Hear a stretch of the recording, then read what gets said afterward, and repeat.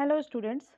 इस वीडियो में आप लोग जानने वाले हैं मतदान व्यवहार क्या होता है। मतदान व्यवहार से आप क्या समझते हैं और मतदान व्यवहार को प्रभावित करने वाले विभिन्न कारक डिटर्मिनेंट्स ऑफ वोटिंग बिहेवियर।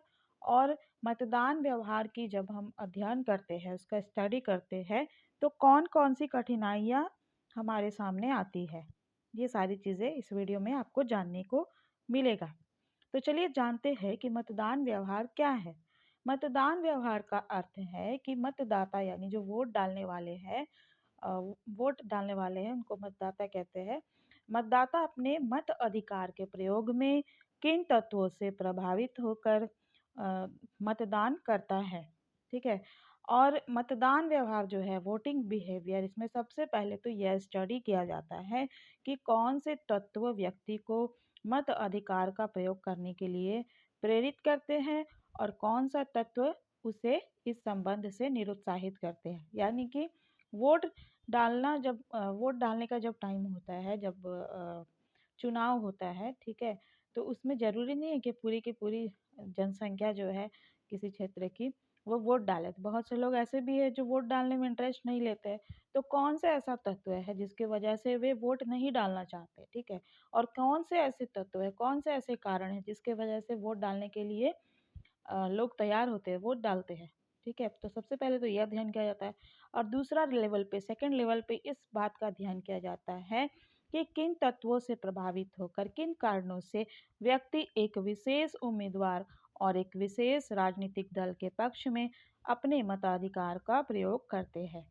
ठीक है, फर्स्ट लेवल पे क्या जानते हैं हम लोग? फर्स्ट लेवल पर हम ये स्टडी करते हैं कि व्यक्ति वोट डालेगा या नहीं डालेगा, ये किस तत्व पर निर्धारित होता है। ठीक है, अगर वोट डालता है तो किन चीज़ों से, किन तत्वों से प्रभावित होकर, और यदि वोट नहीं डालता है तो किन तत्वों से, किन बातों से प्रभावित होकर। और सेकंड लेवल पर यह अध्ययन किया जाता है कि व्यक्ति किसी उम्मीदवार को, यानी कौन से नेता को, किसी एक नेता को किन तत्वों से प्रभावित होकर वोट डालता है और किसी एक विशेष राजनीतिक दल के पक्ष में अपने वोट का प्रयोग किन कारणों से करता है, ये स्टडी किया जाता है। तो दो लेवल हो गया इसका। इस दृष्टि से मतदान व्यवहार का अध्ययन चुनाव से पहले भी किया जाता है और चुनाव के बाद भी किया जाता है। ठीक है, चुनाव के पहले भी मतदान व्यवहार का अध्ययन होता है और चुनाव के बाद भी मतदान व्यवहार का अध्ययन होता है। मतदान व्यवहार का अध्ययन 20वीं सदी की ही एक प्रक्रिया है। ठीक है, वोटिंग बिहेवियर का जो स्टडी है वो 20वीं सदी से ही शुरू हुआ है। सबसे पहले सर्वप्रथम फ्रांस में 1913 में मतदान व्यवहार का अध्ययन किया गया। इसके बाद अमेरिका में दो विश्व युद्धों के बीच के काल में और फिर ब्रिटेन में महायुद्ध के बाद मतदान व्यवहार का अध्ययन किया गया। भारत में मतदान व्यवहार का अध्ययन कब हुआ?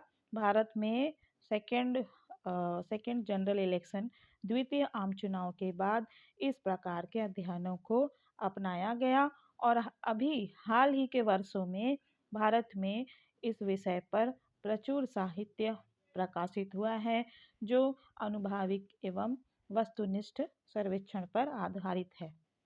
ठीक है, भारत में सेकेंड जनरल इलेक्शन जो हुआ उसके बाद से ये इस प्रकार का अध्ययन, वोटिंग बिहेवियर का अध्ययन हुआ और हाल ही के वर्षों में भारत में वोटिंग बिहेवियर पर बहुत सारे साहित्य यानी बुक्स जो है वो पब्लिश हुए हैं। ठीक है, जो कि सर्वेस पर आधारित है, वस्तुनिष्ठ सर्वे और अनुभाविक एवं वस्तुनिष्ठ सर्वेक्षण पर आधारित है। आई होप कि आप लोग समझ गए होंगे कि मतदान व्यवहार क्या है। ठीक है, चलिए अब जानते हैं कि मतदान व्यवहार का अध्ययन करते वक्त किन किन कठिनाइयों का सामना करना पड़ता है। मतदान व्यवहार के अध्ययन में कठिनाइयाँ, difficulties in studying voting behaviour. मतदान मनोवैज्ञानिक तत्वों से प्रेरित एक गुण राजनीतिक प्रक्रिया है जो अनेक आंतरिक और बाहरी तत्वों से प्रभावित होती है। ठीक है, मतदान क्या है? मनोवैज्ञानिक तत्वों से प्रेरित राजनीतिक प्रक्रिया है जो कि बहुत सारे आंतरिक और बाहरी तत्वों से प्रभावित होती है। स्वाभाविक रूप से मतदान व्यवहार के अध्ययन में अनेक कठिनाइयाँ आती है। सबसे पहले एक क्षेत्र का मतदान व्यवहार दूसरे क्षेत्र के मतदान व्यवहार से भिन्न होता है। ठीक है।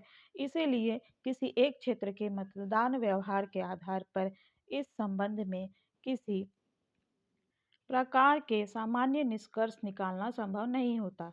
अलग अलग क्षेत्रों में विद्यमान प्रवृत्तियों के लंबे समय तक अवलोकन के आधार पर ही इस संबंध में किसी भी परिणाम पर पहुंचा जा सकता है।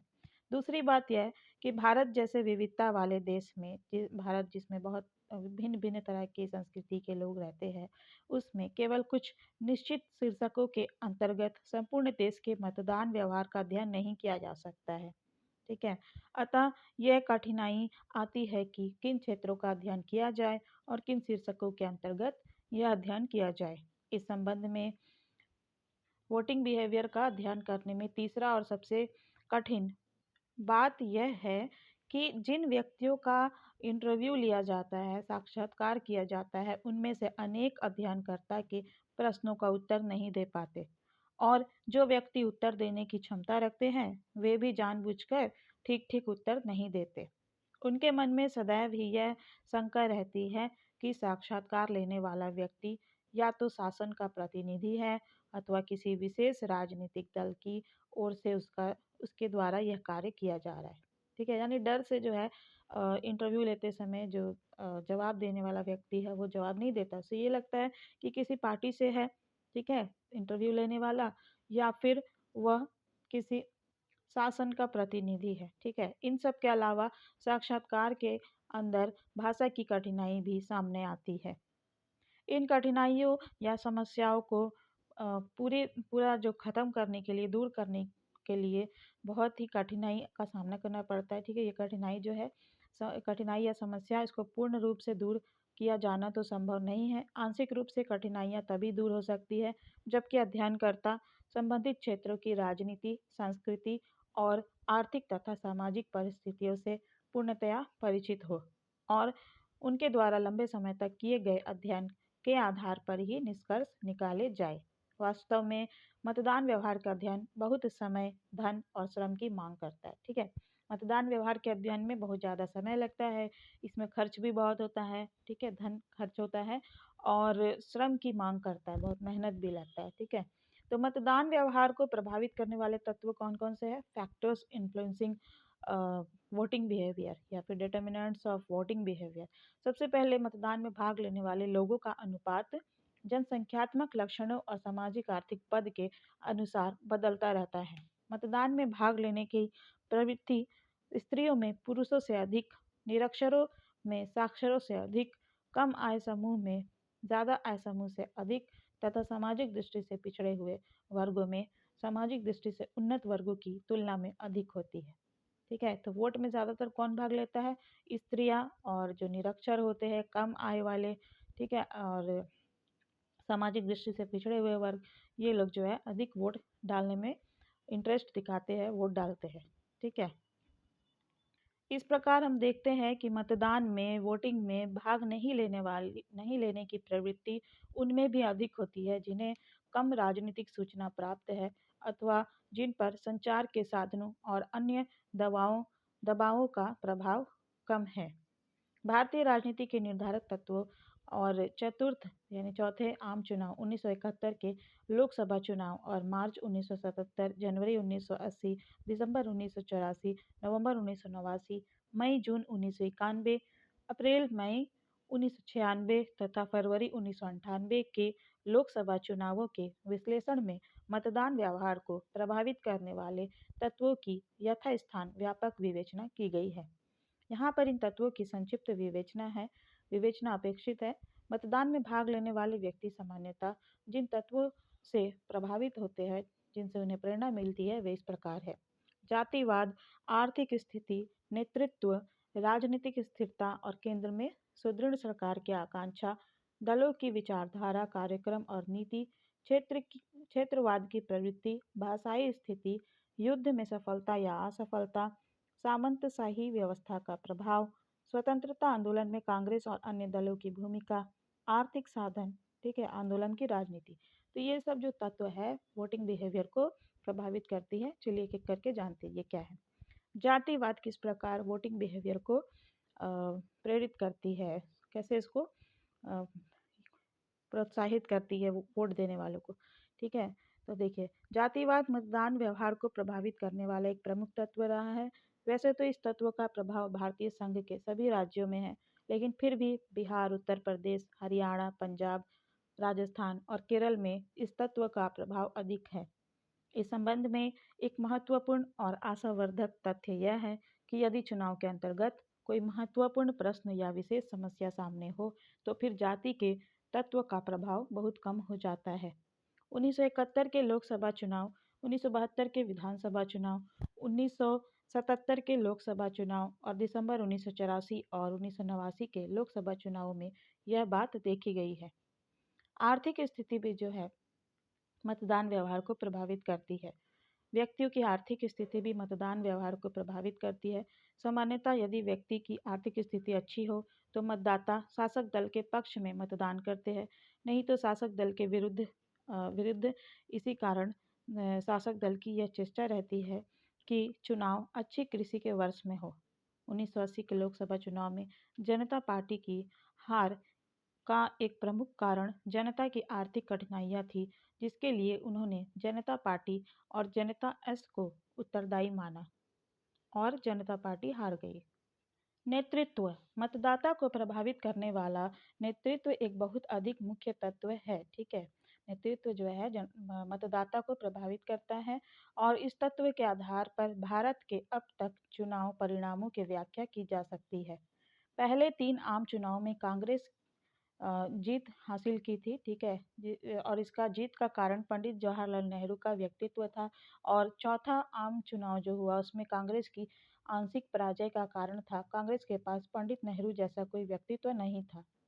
1971 और 72 के चुनावों में श्रीमती गांधी के नेतृत्व के आधार पर विजय प्राप्त की जा सकी और 1977 में कांग्रेस को भारी पराजय का कारण यह था कि श्रीमती गांधी के व्यक्तित्व की छवि बहुत अधिक धूमिल हो गई थी। नेतृत्व का प्रश्न चुनाव में कितना अधिक महत्वपूर्ण होता है, यह बात 1980 के लोकसभा चुनावों से पूर्णतया स्पष्ट हो गई है। दिसंबर 1984 के लोकसभा चुनावों में भी जनता ने नेतृत्व के प्रश्न पर ही मतदान किया। 1989 में कांग्रेस की हार का कारण बोफोर्स सौदे में दलाली को लेकर राजीव गांधी की छवि का धूमिल होना था। फरवरी 1998 के चुनावों में भाजपा की सफलता का राज अटल बिहारी वाजपेयी का व्यक्तित्व भी प्रमुख कारक माना जाता है। राजनीतिक स्थिरता और केंद्र में सुदृढ़ सरकार की आकांक्षा।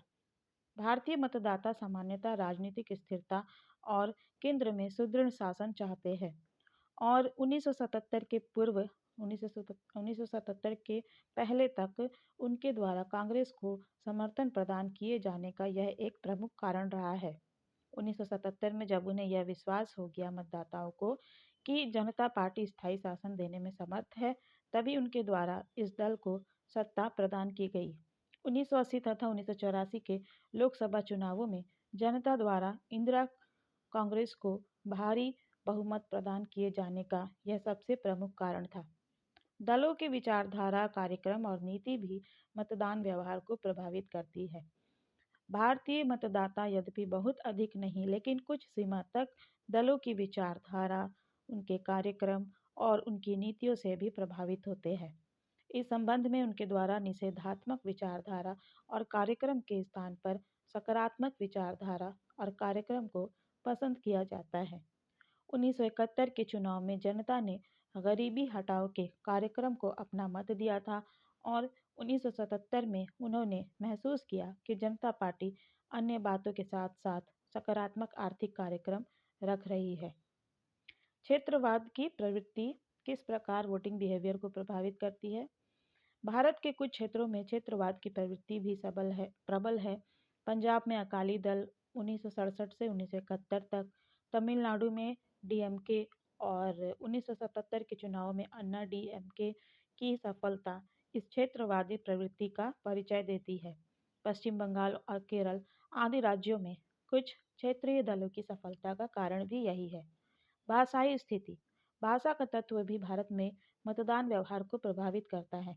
1967 और 1971 के चुनावों में डीएमके ने हिंदी विरोध के नाम पर समर्थन प्राप्त किया और 1977 के लोकसभा चुनावों में दक्षिण भारत में जनता पार्टी की असफलता का एक कारण यह रहा कि दक्षिण भारत के व्यक्ति अब जनता पार्टी की भाषा नीति के संबंध में पूर्णतया आश्वस्त नहीं थे। युद्ध में सफलता या असफलता भी वोट करने वाले लोगों को प्रभावित करती है। उनके वोटिंग बिहेवियर को प्रभावित करती है। युद्ध में सफलता असफलता भी मतदान व्यवहार को प्रभावित करती है। 1962 की असफलता का 1967 में कांग्रेस के भाग्य पर विपरीत प्रभाव पड़ा और 1971 के युद्ध में प्राप्त सफलता ने 1972 के विधानसभा चुनावों में कांग्रेस की सफलता को बहुत सरल कर दिया। सामंतशाही व्यवस्था का प्रभाव। मतदान व्यवहार पर सामंतशाही व्यवस्था का प्रभाव भी देखा गया, लेकिन यह प्रभाव क्रमशः कम होता जा रहा है। स्वतंत्रता आंदोलन में कांग्रेस और अन्य दलों की भूमिका। स्वतंत्रता प्राप्ति के बाद पहले 3 चुनावों में इस तत्व की भूमिका प्रमुख रही, लेकिन क्रमशः कम होती गई और ऐसा होना नितांत स्वाभाविक भी है, क्योंकि कांग्रेस ने स्वतंत्रता आंदोलन में एक महत्वपूर्ण भूमिका निभाई थी। इसीलिए प्रथम आम चुनाव जो हुए 3, उनमें लगातार कांग्रेस की सरकार बनी। ठीक है, तो इस प्रकार स्वतंत्रता आंदोलन में कांग्रेस और अन्य दलों की भूमिका जो है वो भी वोटिंग बिहेवियर को प्रभावित करती है। आर्थिक साधन भी मतदान व्यवहार को प्रभावित करते हैं, लेकिन 1977 से चुनावों ने स्पष्ट कर दिया कि आर्थिक साधन चुनाव को निर्णायक रूप में प्रभावित नहीं कर पाते। 1984 के लोकसभा चुनावों तथा 1985 के विधानसभा चुनाव में आर्थिक साधनों की भूमिका का पर्याप्त प्रभाव पड़ा। आंदोलन की राजनीति आदि कुछ अन्य तत्व भी मतदान व्यवहार को प्रभावित करते हैं। चुनाव प्रचार का प्रभाव राजनीतिक दलों और उम्मीदवारों से अप्रतिबद्ध मतदाताओं पर ही पड़ता है। मतदाता जो होते हैं, वोट डालने वाले, वह अपने मत अधिकार के प्रयोग में इस बात से भी प्रभावित होते हैं कि जीतता हुआ उम्मीदवार कौन है। वह हारते हुए उम्मीदवार को मत देकर अपने वोट को बर्बाद नहीं करना चाहते। 1971 से पहले तक भारत में जो चुनाव हुए, उनके अंतर्गत कुछ क्षेत्रों में मतदान व्यवहार उम्मीदवार पर आधारित था, लेकिन कुछ क्षेत्रों में मतदान व्यवहार दल पर आधारित था। इस संबंध में यह भी कहा जा रहा है कि ग्रामीण मतदाता उम्मीदवार की दृष्टि से अधिक विचार करते हैं, जबकि शहरी मतदाता चुनाव प्रश्नों और दलों पर अधिक ध्यान देते हैं। लेकिन 1971, 1972 और मार्च 1977, जनवरी 1980 और दिसंबर 1984 के लोकसभा चुनावों से स्पष्ट है कि यदि मतदाता के सामने कुछ महत्वपूर्ण प्रश्न हो तो फिर उनका मतदान व्यवहार उम्मीदवार की दृष्टि से बहुत कम और इन प्रश्नों तथा दल की दृष्टि से अधिक प्रभावित होता है। वीडियो यूजफुल लगी तो इसे लाइक करिएगा, चैनल को सब्सक्राइब कर लीजिएगा और इसे शेयर करना नहीं भूलिएगा। Thank you.